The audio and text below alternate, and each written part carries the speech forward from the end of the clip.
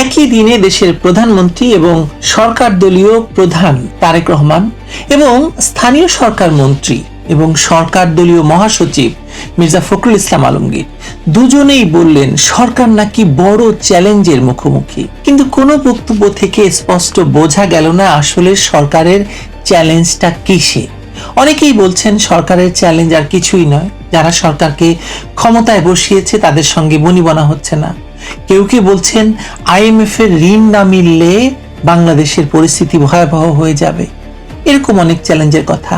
ফলে সরকার পড়েছে চ্যালেঞ্জে, ক্ষমতার টানাপোড়েনে। যে কোনো মুহূর্তে সরকারকে ফেলে দেওয়ার দেশি বিদেশি যোগসাজশ, আসলে সব মিলিয়ে সরকার চ্যালেঞ্জে পড়েছে। আসলেই কি ধরনের চ্যালেঞ্জ, চলুন জানার চেষ্টা করা যাক একটু।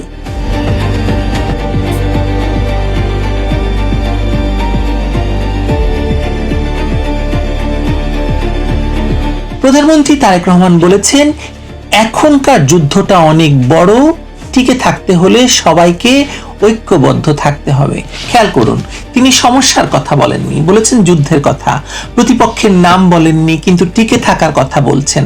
একটি সরকার ক্ষমতা গ্রহণের মাত্র 5 মাসের মাথায় যদি উন্নয়ন, সংস্কার কিংবা জনসেবা নয়, নিজের টিকে থাকাকে প্রধান রাজনৈতিক ভাষা হিসাবে সামনে আনে, তাহলে বুঝতে হবে সংকট শুধু অর্থনীতির বা ধরুন সরকারের ভেতরকার নয়, সংকট আসলে ক্ষমতার ভিত্তিতে, যারা ক্ষমতায় তাদেরকে বসিয়েছে তাদের সঙ্গে টানা পড়ে নেই। অন্যদিকে মির্জা ফখরুল ইসলাম আলমগীর বলছেন সম্পদ পাচার এবং ধ্বংসপ্রাপ্ত অর্থনীতি পুনরুদ্ধার করাই সরকারের বড় চ্যালেঞ্জ। অর্থনৈতিক সংকট বাস্তব।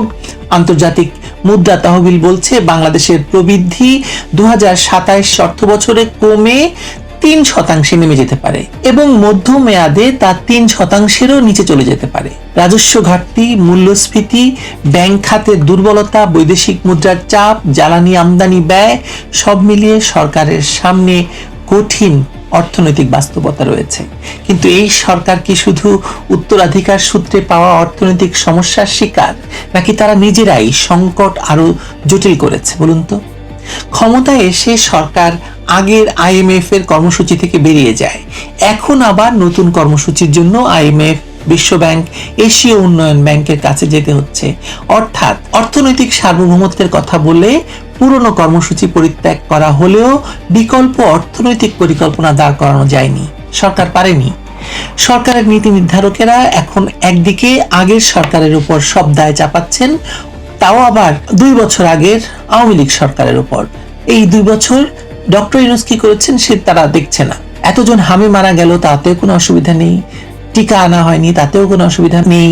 এত বড় দেনা করে গেল ডক্টর ইউনূস, তাতেও কিছু আসে যায় না। কিন্তু সব দোষ শেখ হাসিনা সরকার। অন্যদিকে একই আন্তর্জাতিক ঋণদাতাদের দরজায় নতুন নতুন শর্তে ঋণ চাইছেন, অর্থ চাইছেন। এটি অর্থনৈতিক চ্যালেঞ্জের চেয়ে বেশি আসলে নীতিগত অস্থিরতা। এর সঙ্গে যোগ হয়েছে প্রশাসনিক ব্যর্থতা, বন্যার মধ্যে HSC পরীক্ষা, পরীক্ষার্থীদের ক্ষোভ, শিক্ষামন্ত্রীর বক্তব্য এবং তার পদত্যাগের দাবিতে রাজপথে আন্দোলন। সবকিছু মিলিয়ে সরকার 5 মাসেই ছাত্র বিক্ষোভের মুখে পড়েছে। যে ছাত্র শক্তিকে ব্যবহার করে তথাকথিত জুলাই গণ অভ্যুত্থানের মাধ্যমে একটি নির্বাচিত সরকারকে উৎখাত করা হয়েছিল, সেই একই রাজপথের রাজনীতি এখন তারেক রহমানের সরকারের দিকে ঘুরে দাঁড়িয়েছে। জুলাই সন্ত্রাসীদের একটি অংশ প্রকাশ্যেই বলছে বর্তমান শিক্ষামন্ত্রী তাদের আন্দোলনের কারণেই পদ পেয়েছেন। অর্থাৎ তারা সরকারকে নির্বাচিত জনপ্রতিনিধিদের প্রতিষ্ঠান হিসেবে নয়, নিজেদের তৈরি রাজনৈতিক বন্দোবস্তের ফল হিসেবে দেখছে। এখানেই তারেক সরকারের আসল চ্যালেঞ্জ।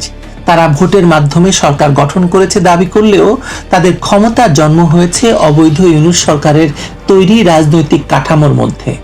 আওয়ামী লীগকে নিষিদ্ধ রেখে, দেশের বৃহত্তম রাজনৈতিক শক্তিকে নির্বাচনের বাইরে রেখে, প্রশাসন এবং রাষ্ট্রযন্ত্রকে একপক্ষীয় করে যে নির্বাচন আয়োজন করা হয়েছিল, সেই নির্বাচনের সংখ্যাগরিষ্ঠতা সরকারকে সাংবিধানিক আবরণ দিয়েছে বটে, কিন্তু পূর্ণ রাজনৈতিক বৈধতা দেয়নি। আন্তর্জাতিকভাবেও দেয়নি, দেশের ভেতরে তো দেয়নি। এখন জুলাই সন্ত্রাসী, এনসিপি, জামায়াত শিবির, প্রশাসনের ভিতরের ইউনূসপন্থী অংশ এবং বিদেশি স্বার্থ গোষ্ঠী প্রত্যেকেই তারেক সরকারের কাছে তার নিজেদের পাওনা আদায় করতে চাইছে, বুঝে নিতে চাইছে। কারণ তারা মনে করে বিএনপি এককভাবে ক্ষমতায় আসেনি, তাদের তৈরি পথ দিয়ে বিএনপি ক্ষমতায় পৌঁছেছে। ফলে সরকারের প্রতিটি সিদ্ধান্তের উপর অদৃশ্য অংশীদারদের চাপ রয়েছে, যে কারণে এখন তারেক রহমান এই অংশীজনদেরকে নিয়ে ডিনার করতে চাইছেন, নৈশভোজ করতে চাইছেন।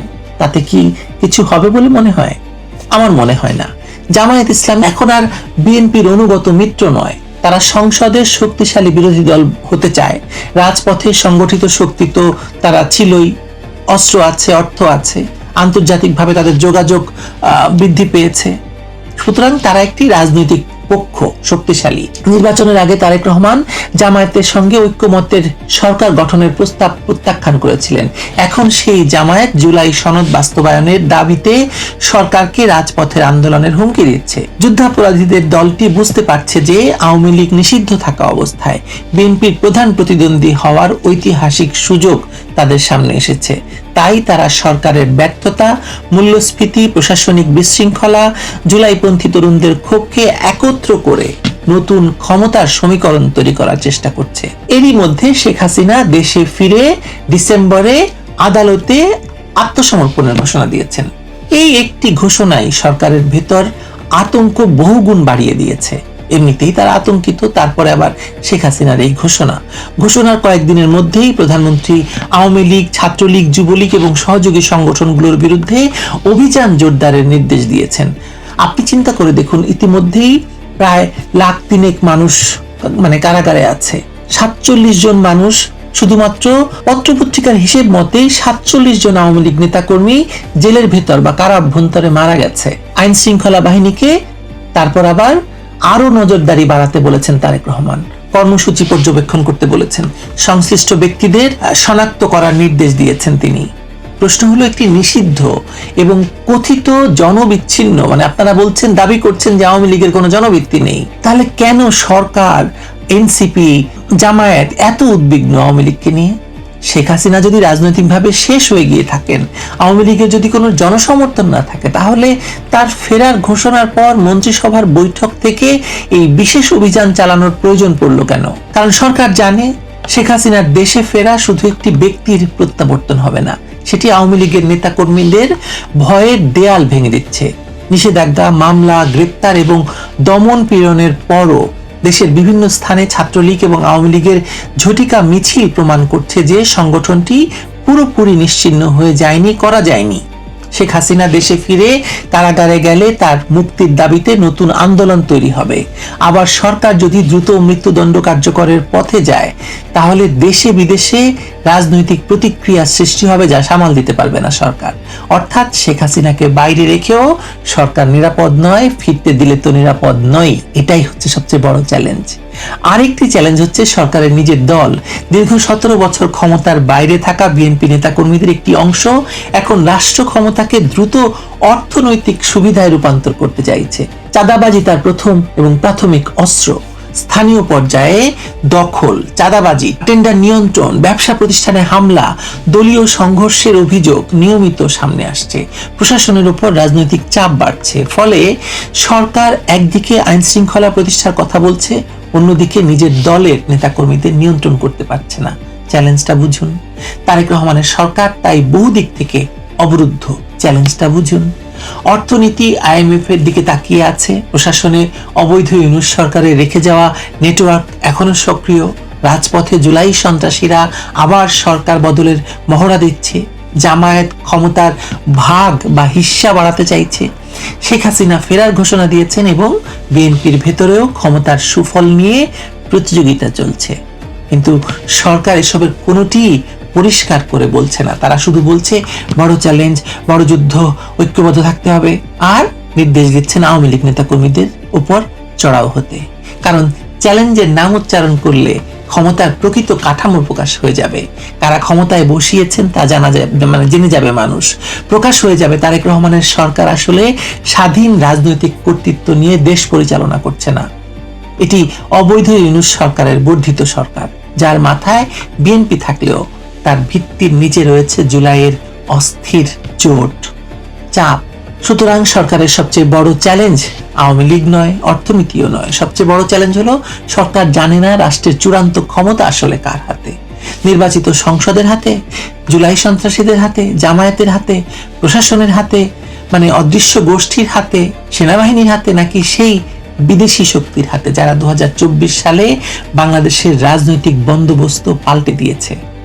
এই প্রশ্নের উত্তর যতদিন অস্পষ্ট থাকবে ততদিন সরকার এই চ্যালেঞ্জ করে আপনাদের মাথা খেয়ে ফেলবে, কিন্তু চ্যালেঞ্জ তো মোকাবেলা করতে পারবে না বা করবে না, বরং চ্যালেঞ্জই সরকারকে প্রতিদিন চ্যালেঞ্জ করতে থাকবে। কি ভয়ঙ্কর বলেন! মাত্র 5 মাসের সরকার এরই মধ্যে চ্যালেঞ্জ করে গলা ফাটিয়ে মরে যাচ্ছে। আপনারাও তো এক ধরনের চ্যালেঞ্জ সরকারের জন্য, তাই না? ভালো থাকবেন সবাই।